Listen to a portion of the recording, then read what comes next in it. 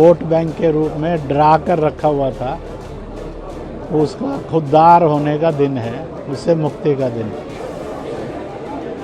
जो आज़ादी के बाद से अब तक मुसलमान कांग्रेस और इंडी ग्रुप का और गुलाम बना हुआ था, बंधुआ बना हुआ था, उससे मुक्ति हुई है। राष्ट्रीय स्वयंसेवक संघ से ताल्लुक रखने वाले मुस्लिम राष्ट्रीय मंच ने वक्फ संशोधन कानून को लेकर फैली भ्रांतियों और अफवाहों को दूर करने के लिए 100 से ज्यादा प्रेस कॉन्फ्रेंस और 500 सेमिनार आयोजित करने का ऐलान किया है। मुस्लिम राष्ट्रीय मंच ने यह ऐलान राजघाट में ईद मिलन समारोह के दौरान किया। दरअसल 7 अप्रैल को मुस्लिम राष्ट्रीय मंच की तरफ से सत्याग्रह मंडप, गांधी स्मृति और राजघाट में ईद मिलन समारोह का आयोजन किया गया था। इस दौरान वहां मौजूद नेताओं, बुद्धिजीवियों, सामाजिक कार्यकर्ताओं और धार्मिक हस्तियों ने वक्फ संशोधन कानून को मुस्लिम समुदाय के लिए ऐतिहासिक और परिवर्तनकारी कदम बताया।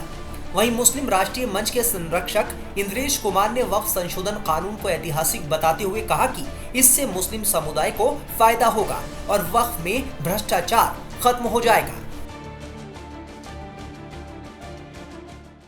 सचमुच में वक्फ का माफिया से मुक्ति का दिन है। थोड़ा नीचे कर लीजिए। सचमुच में मुसलमान जो वोट बैंक के रूप में डरा कर रखा हुआ था, उसका खुददार होने का दिन है, उससे मुक्ति का दिन। जो आज़ादी के बाद से अब तक मुसलमान कांग्रेस और इंडी ग्रुप का और गुलाम बना हुआ था, बंधुआ बना हुआ था, उससे मुक्ति हुई है।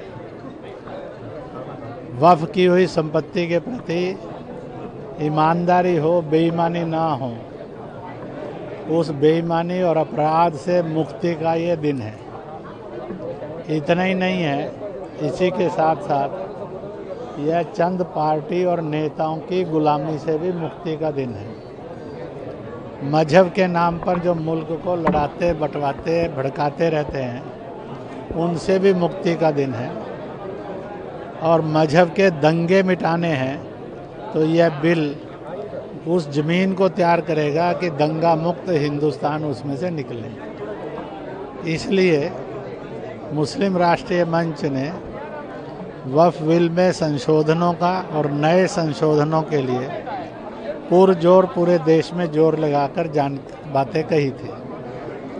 उनमें से बहुत बातें स्वीकार होकर बिल जो है वो पारित भी हुआ है। जो लोग ये कहते हैं कब्जे हो जाएंगे, वो झूठ बोलते हैं। जो लोग कहते हैं ये इस्लाम के लिए एक बड़ा खतरा, इस्लाम मिटा दिया जाएगा, वो भी झूठ बोलते हैं। जो ये कह रहे हैं इसके कारण आम मुसलमान का वजूद खतरे में है, वो भी झूठ बोलते हैं। और आप देखिए, हजारों हजार मुसलमान बड़ी खुशियों के साथ इस जश्न को मनाने के लिए आया था कि सचमुच में ये सच्ची ईद है, जब वक्फ को भी आज़ादी मिली है और मुसलमान पर भी रहमत बरसी है, उसको भी आज़ादी मिली है, वो खुददार बनकर बढ़ेगा। और हिंदू मुस्लिम फसाद ख़त्म होने के लिए एक नींव पड़ी है। क्या हिंदुस्तान हमेशा हिंदू मुस्लिम दंगों में फंसा रहना चाहिए कि हिंदू मुस्लिम दंगों से मुक्त होकर और एक सुकून से तालीम के साथ तरक्की वाला मुल्क बनना चाहिए। जो लोग रोजगारी की, महंगाई की, बेरोजगारी की बातें करते हैं, उनको मैं कहूँगा इस बिल के साथ खड़े हो, ताकि यह देश अपनी बेरोजगारी और अनपढ़ता से मुकाबला करके तेज गति से तरक्की से बढ़े और वो सदा सदा के लिए दंगों से मुक्त हो जाए। जब तक, इसलिए मैं उनको कहूँगा आइए एक नए प्रयोग के अंदर आप सब भी साथ दीजिए। वक्फ संशोधन कानून के खिलाफ साजिश करने वालों से इंद्रेश कुमार ने कहा कि ऐसी ताकतें कामयाब नहीं होंगी।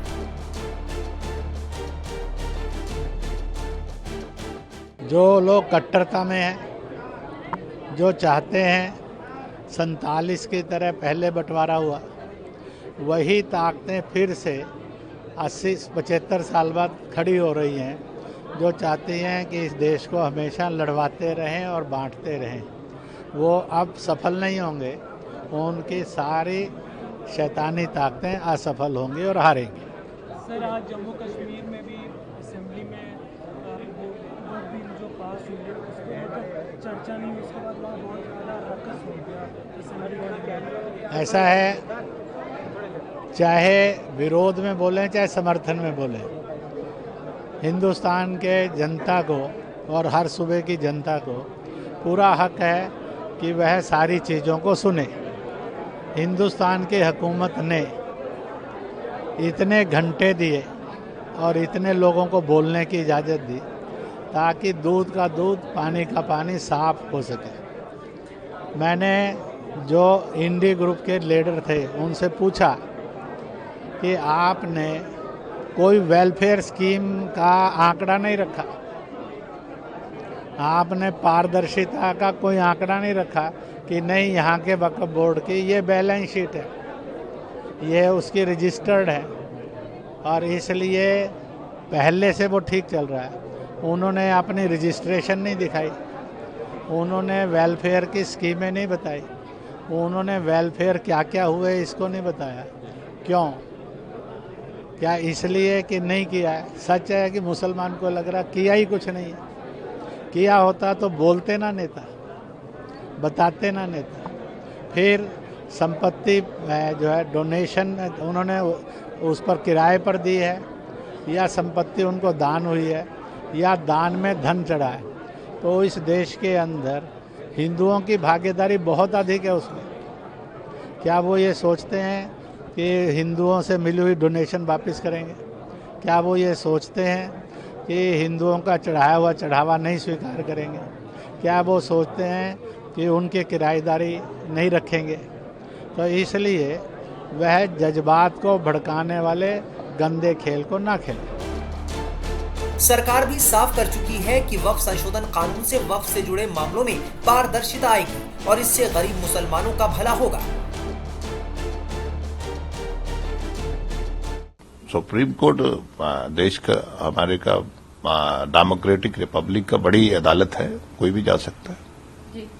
ऑल इंडिया लॉ बोर्ड ने भी राष्ट्रपति मुर्मू से मिलने का समय मांगा है तत्काल विषय पर, इसको लेकर मैं मुस्लिम पर्सनल लॉ बोर्ड से अपील करूंगा कि आप कांग्रेस, तृणमूल कांग्रेस, सपा के उसमें झांसे में मत आइएगा।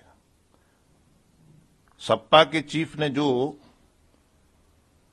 मुसलमानों ने यूपी ने कितने एमपी दिए सपा को, समाजवादी पार्टी को।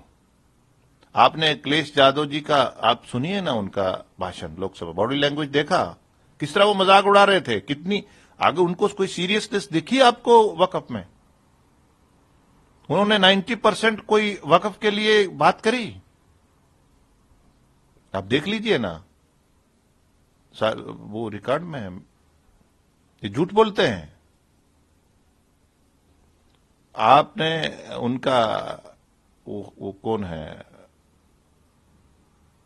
तृणमूल के वो जो बड़े नेता हैं इनके, बनर्जी, कल्याण बनर्जी, मुसलमानों को कहां वो नैरेटिव खड़ा कर रहे थे? कहते हिंदू तो अंग्रेजी कानून को मानता है और मुसलमान जो है वो आप अंग्रेजी कानून को नहीं मानता है।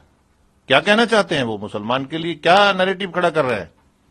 तुम उन्हीं की खाते हो, झोली भर भर के तुम्हें वोट दिया उन्होंने, और कैसा नैरेटिव उनके लिए आप देश में? आप मुसलमान को पहले आपने बैकवर्ड रखा, फिर माफिया के साथ जोड़ा, फिर आपने डॉन के साथ जोड़ा, फिर आपने टेररिस्ट के साथ जोड़ा, अब उसको कहां जोड़ रहे हैं आप? मुसलमान जो है वो देश से मोहब्बत करता है। हम जिस देश का नमक खाते हैं उसके लिए हम खून देने वाले लोग हैं। ये बदनाम कर रहे हैं हमें। इस विधेयक के पारित होने के बाद सर प्रदर्शन भी शुरू हो गया है, इम्फाल मणिपुर में भी प्रदर्शन हुआ है। सर वक्फ संपत्ति की स्वायत्तता पर इसके प्रभाव के बारे में चिंता व्यक्त की जा रही है, इस पर क्या कहेंगे आप? नहीं, उन्होंने देखिए, हमारे पास पहले नहीं नंबर था क्या? पिछले साल हमारे पास नंबर था। हम कितने स्टेक होल्डर्स को मिले, कितनी तरमीमें लाई। ये कहते डीसी कलेक्टर नहीं होना चाहिए, तो कलेक्टर नहीं होना तो आपका सर्वे कमिश्नर उसके सामने खड़ा क्यों नहीं हुआ? क्यों बीमार जानवर बन गया 95 एक्ट आपका? आप कौन होते हैं कि मुसलमानों को वक्फ की उसको पवित्रता को खराब करने वाले? किसी की जमीन में झंडा गाड़ देंगे आप? ये साजिश से उन्होंने ऐसी 13 और इसमें लाई थी ताकि वक्फ जो है वो कोर्ट कचहरियों के चक्कर में ही घूमता रहे और मुसलमान जो है हम अपील करते रहे, हमें वोट देते रहे और प्रैक्टिकली इनको कोई वक्फ का लाभ ना हो। हम जो बात करते हैं डंके की चोट पे करते हैं। वहीं वक्फ संशोधन कानून को लेकर घमासान जारी है। विपक्षी पार्टियां और कई मुस्लिम संगठन सुप्रीम कोर्ट का रुख कर चुके हैं। अब देखना होगा कि देश की सबसे बड़ी अदालत इस पर क्या रुख अपनाती है।